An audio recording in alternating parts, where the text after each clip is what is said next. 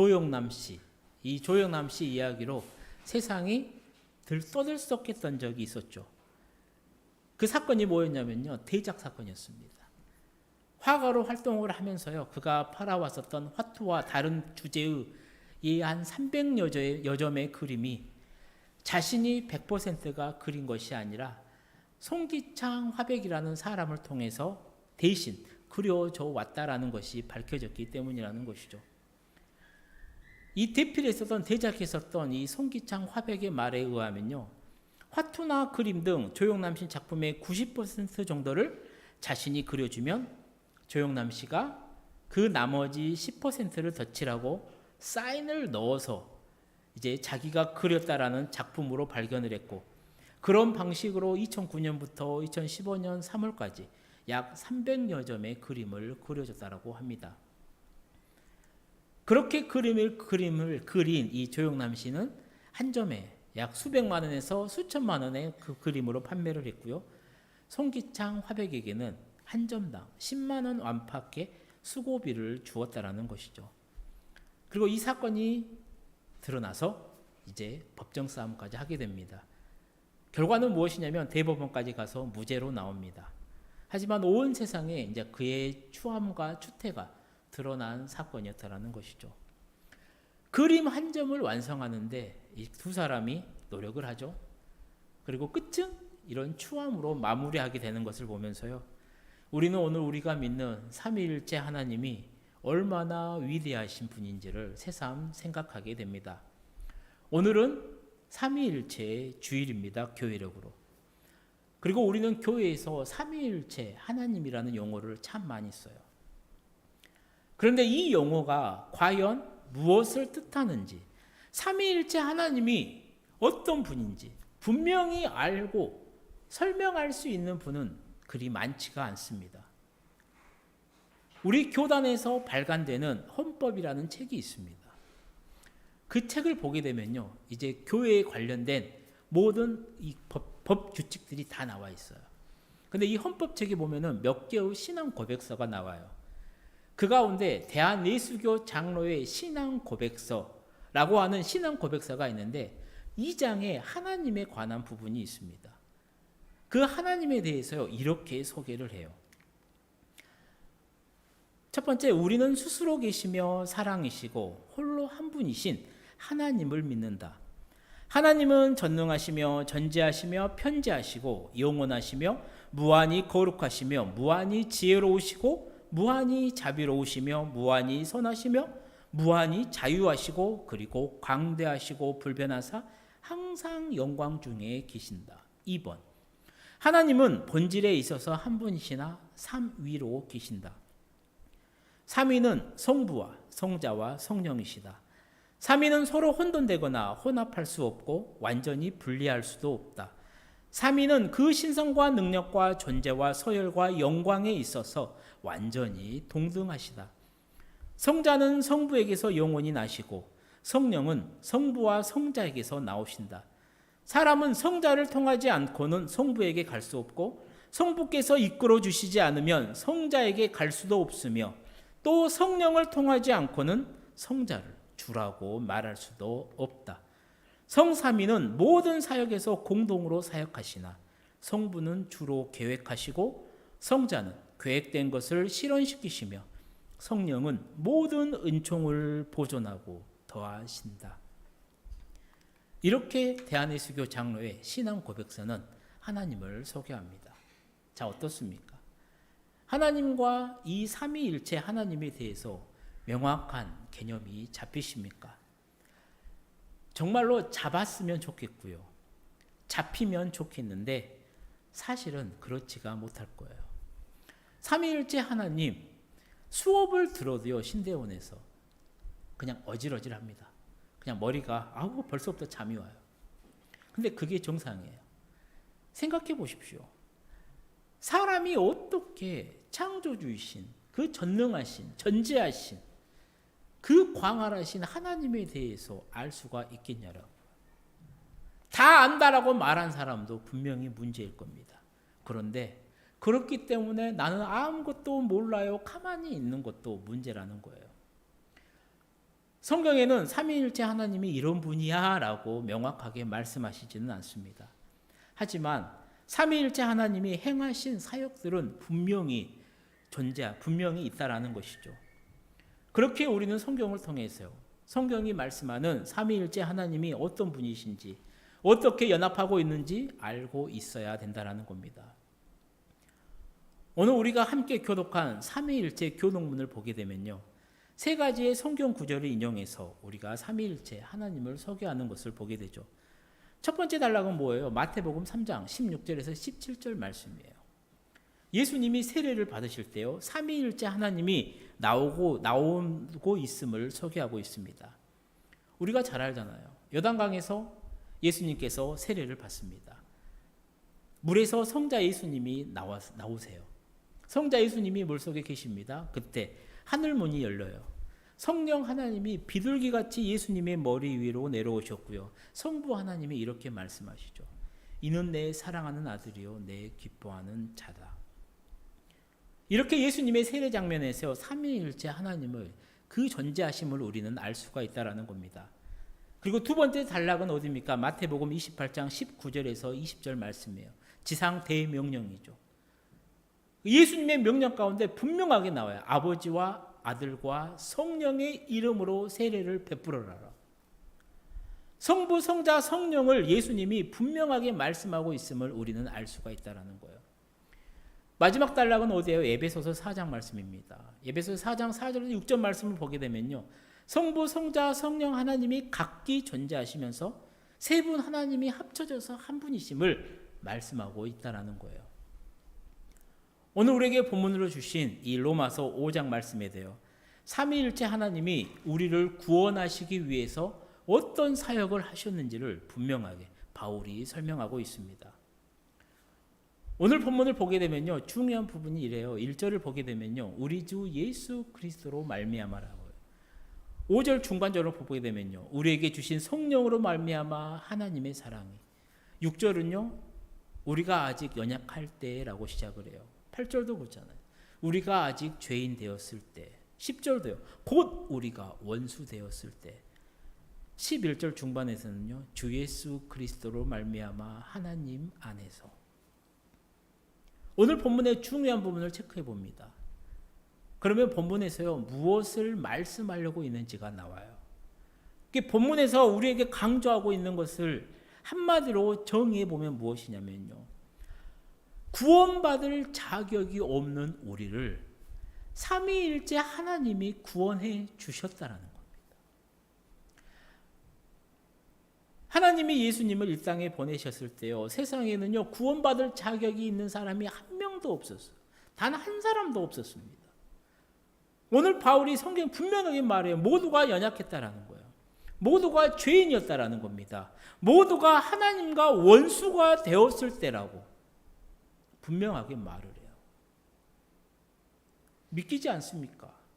다른 사람을 볼 필요도 없어요. 예수님과 3년 동안 함께 있었던 이 제자들의 모습만 봐도 우리는 알 수가 있어요. 수제자라고 불리는 제1그룹의 제자 베드로. 예수님이 잡히셨을 때 어떻게 해요? 예수님을 모른다고 3번이나 부인을 해요. 부인을 넘어가서요, 저주까지 합니다. 욕까지 해요. 야고보와 요한은 어떻습니까? 예수님이 예루살렘에 입성했을 때 이제 하나님의 나라, 예수님이 왕이 된다라는 거예요. 그러니 우리에게 예수님의 좌편, 우편, 자의정과 우의정을 달라라고 예수님께 말을 해요. 이 예수 공동체의 회개를 맡았던 가룟 유다는 어때요? 자신의 뜻대로 예수님이 움직이지 않아요. 그러니까 예수님을 은 30을 팔고요, 대제사장에게 팔아버렸다는 겁니다. 예수님과 3년 동안 함께 있었어요. 예수님과 함께 생활했습니다. 날마다 예수님으로부터 가르침을 받아요. 예수님이 어떤 일을 행하는지, 어떤 모습을 했었는지, 무슨 일을 했는지 가장 가까이서 지켜봤었던 제자들입니다. 그 제자들의 모습이 이 정도라면요, 다른 사람들은 생각할 필요도 없다는 것이죠.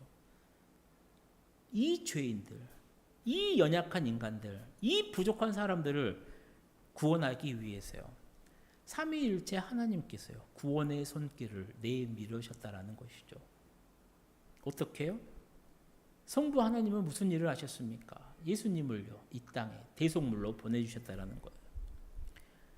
당신의 하나뿐인 그 아들, 그 귀한 아들을요, 하늘 보좌에서, 그 높은 곳, 존귀한 곳에서요, 정말로 추한 곳 땅으로, 하나님을 인간으로, 그것도 인간의 죄를 대신해서요, 죽음의 자리로 보내셨다라는 거예요. 우리는 글로만 보니까 그냥 그런가 보다 하는데요, 쉬운 얘기가 아닐 겁니다. 사랑하는 성도님들, 육신의 아버지도요, 자식들이 힘든 길을 가면요, 마음이 불편할 겁니다. 괴로울 거예요. 그래도 부득이 가야 한다라면요, 그 아들을 보는 아버지의 마음이 어떨 것 같아요? 예전 신대원 다닐 때요, 동기들끼리 모여서 막 이런 하나님의 사랑에 대해서 이야기를 할 때 꼭 하면은 나오는 이야기 가운데 하나가 뭐냐면요, 군대 이야기입니다. 동기 목사가, 지금은 이제 목사죠. 동기 목사님이 이제 군대 훈련소에 들어가는데 엄마가 울 거는 예상을 했다라는 거예요. 그런데 아버지도 눈물을 보일 것은 전혀 예상하지 못했어요. 근데 훈련소로 들어가려고 하니까 아버지가 우셨다라는 거예요. 근데 그 모습을 보면서 괜히 이제 인사를 하고 뭐 큰절을 하고 인사를 하고 훈련소로 들어가는데 자기도 마음이 뭉클해서 괜히 그 아버지의 모습에 자신도 울었다라는 거예요. 물론 저는 군대를 가지 않아서 이런 경험이 없습니다. 하지만 그때 이야기를 나눴던 그 동기 전도사들 몇몇은 그런 아버지의 눈물을 보았다라고 말을 해요. 생각해 보십시오. 이렇게 짧은 군 생활을 하러 가는 아들을 보고서요, 눈물을 흘리는 것이 육신의 아버지인데 지금 예수님이 들어가는 자리는 어디냐면요, 죽음의 자리예요. 그 자리로 걸어가는 그 예수님을 보는 하나님의 마음은 어떻겠냐라고. 우리는 예수님이 단지 십자가에 지셔서요, 우리를 구원했다라는 그 귀한 그 은혜를 기억하면서 동시에 무엇도 봐야 되냐면 정말로 그 예수님의 걸어가신 그 십자가의 길을 보면서요, 아파하시는 성부 하나님의 마음도 알아야 된다는 겁니다. 정말로 하나님의 큰 사랑도 볼 수 있어야 된다는 거예요. 정말로 바라기는 사랑하는 우리 모든 성도님들이 이 하나님의 큰 사랑에 날마다 감사하시기를 축복합니다. 성자 하나님은 어떤 일을 하셨어요? 우리를 구원하시기 위해 무엇을 하셨습니까? 하나님이 인간의 모습으로 오셨고요, 이 가운데 살아갔습니다. 가난한 목수의 가정의 장남으로 살았다라는 것이죠. 후에 3년간의 이 공생애를 통해서요, 복음을 전하시고요, 제자들을 가르치시고요, 병든 자를 치료해 주셨습니다. 그리고 인류 나이 33세, 인류의 모든 죄를 지시고 십자가에 달려서 죽으셨습니다. 예수님이 달리신 그 십자가 얼마나 고통스러웠을까? 우리가 즐겨 부르는 찬송가 614장, 얼마나 아프셨나, 가사에는 이렇게 소개를 합니다. 얼마나 아프셨나, 못 박힌 그 손과 발, 죄 없이 십자가에 달리신 주 예수님. 하늘도 산과 들도 초목들도 다 울고 해조차 빛을 잃고 캄캄하게 되었네. 나의 죄, 너의 죄와 우리의 모든 죄를 모두 다 사하시려 십자가 달리신 주. 얼굴과 손과 발에 흐르는 그 귀한 피, 골고다 언덕 위에 붉게 물들이셨네. 오 놀라운 사랑 크시고 끝없도다. 오 주님 사랑에 구원의 강물을 넘치네. 사랑하는 성도님들, 예수님이 당하신 이 십자가의 고난과 죽음으로 우리를 구원해 주셨다라는 겁니다. 그리고 성령 하나님은요, 예수님이 십자가에 달리셨을 때 무엇을 하셨을까요? 성령 하나님은 예수님이 십자가에 달리셨을 때요, 정말로 예수님께서 그 십자가의 사역을 완성할 수 있도록 예수님께 힘을 부어주셨고요, 예수님이 숨을 헐떡일 때 함께 헐떡이셨고요, 함께 고통을 당하셨습니다.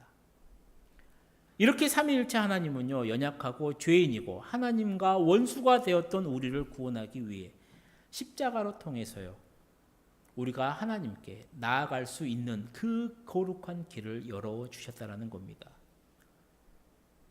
이 십자가의 길을 위해서요, 우리가 한 일은 아무것도 없어요. 퍼센트로 말씀드리면요, 십자가를 통해서 하나님께 나아갈 수 있는 그 구원의 길을 위해 우리가 한 일이라고는 1%도 되지 않는다는 겁니다. 아무것도 없어요. 아무것도 하지 않았어요. 그래서 우리는 고백합니다. 구원은 전적인 하나님의 은혜라고 말이죠. 삼위일체 하나님이 100% 이루어 놓으신 그 구원의 길로 우리는 믿음으로 나아가면 된다라는 겁니다. 그리고 이것이 믿음이라는 거예요.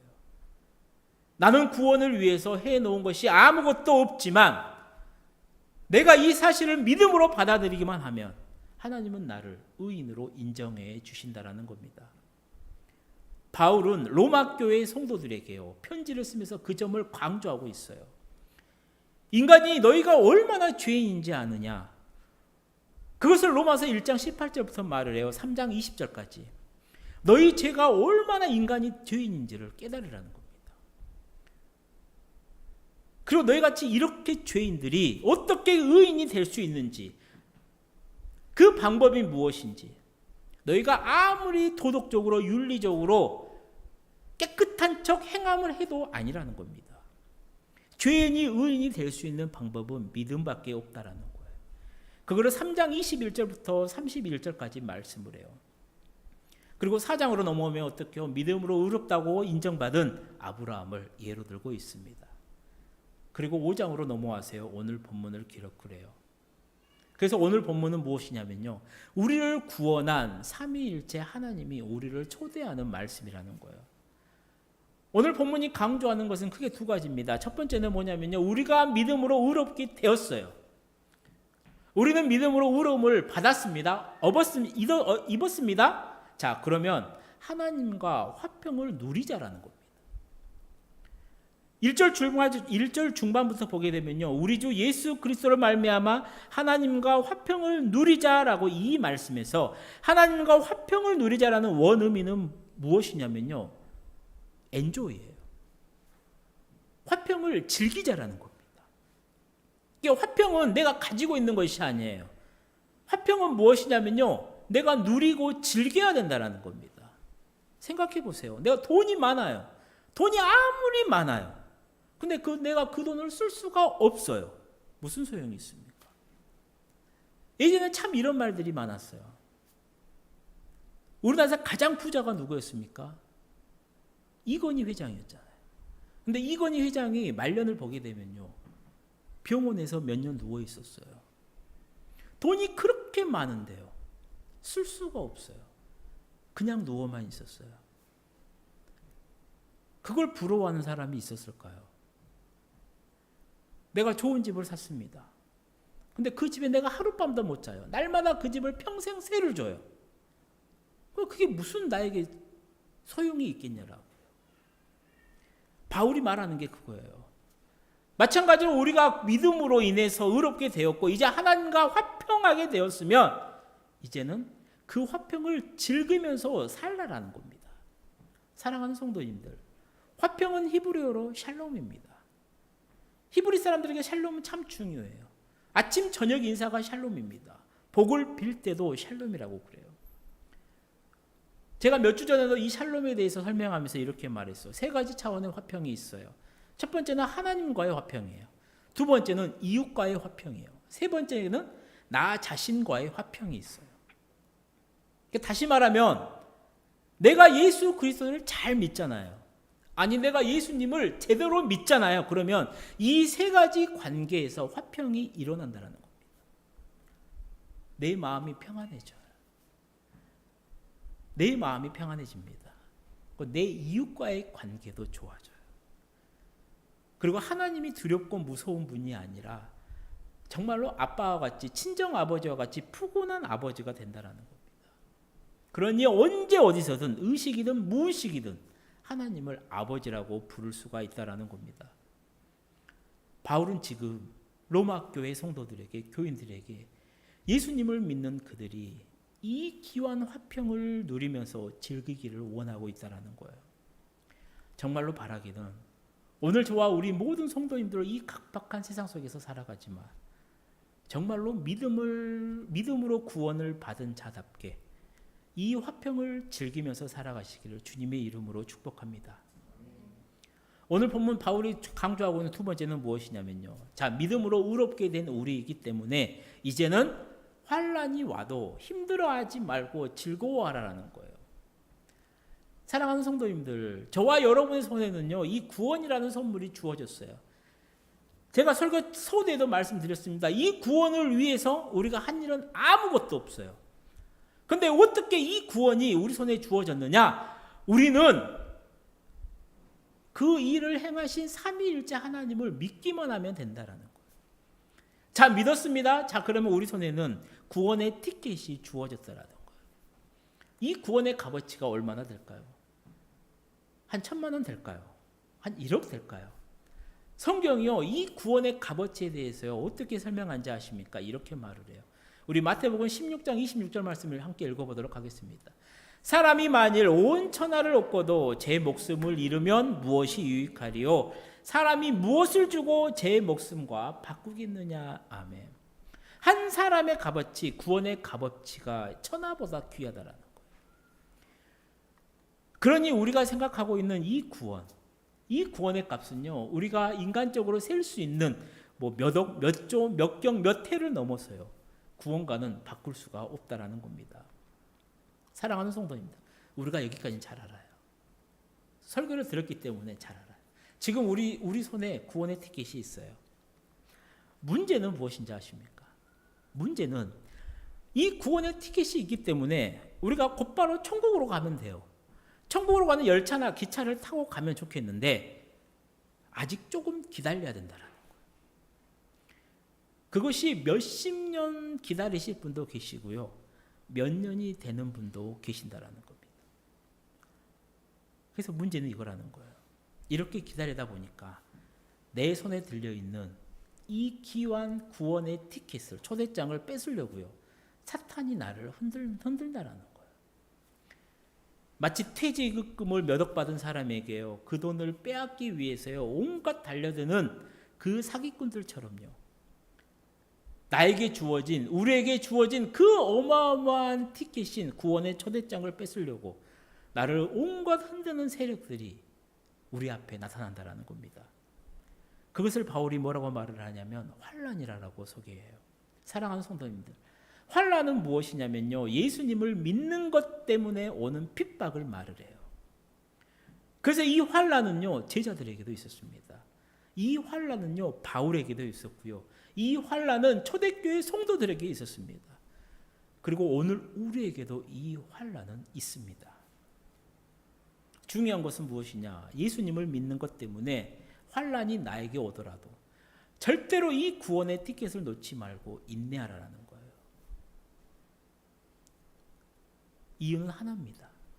내 손에 있는 이 구원의 티켓은요, 세상의 그 어떤 것과도 바꿀 수가 없는 귀한 것이기 때문이라는 거예요. 그래서 이 구원의 티켓이 얼마나 나에게 소중하고 얼마나 나에게 귀하고 나에게 값어치가 있는지를 제대로 깨달은 사람은요, 절대로 이 구원의 티켓을 놓지 않습니다. 그래서 바울이 말을 해요. 오히려 환난이 오면 그 환난은 신앙과 인생의 덕목이 인내를 만들어준다라고. 그리고 그 인내는 나를, 몸과 마음이 더욱 굳건하게 하고, 다시 말하면 흔들리지 않도록 연단을 하게 한다라는 거예요. 그리고 그 연단을 통해서 나에게 구원의 티켓을 준 예수 그리스도를 소망하게 한다라고 이야기를 말이죠.